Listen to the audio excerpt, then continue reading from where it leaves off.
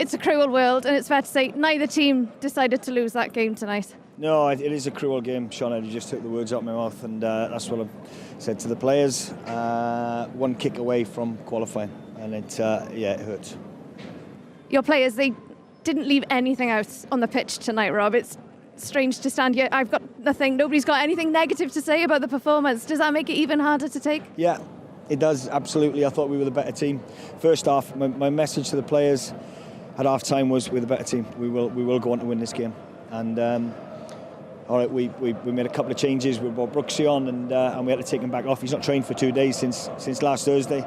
He's had an illness, but we needed fresh legs on again. But like I said, what I've just said to the group in there, look how far we've come, that we're that disappointed that we've not qualified for a major tournament. There's something good happening with this group, absolutely.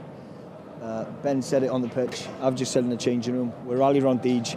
Deej had the bravery to take that penalty, and I am just so proud of that group.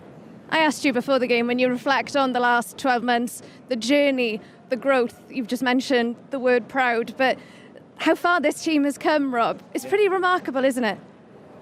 Yeah, and the nation should be proud of them, because they've put a shift and some in tonight to try to get us there. So we're disappointed, but we'll be bigger and stronger from having gone through this horrible experience. It's been an emotional roller coaster of a campaign, Rob. Everyone now will be looking towards the future, wondering what's next. What's your message now that this campaign has come to an end? I've just said to the group, we're going somewhere. This team is going somewhere. They're so disappointed in there, they've not qualified. They're hungry for it, and we were nearly there tonight. We're one kick away from qualifying. So there's a lot more to come, a lot of good times ahead. Rob, diolch. Diolch yn fawr iawn i Sean.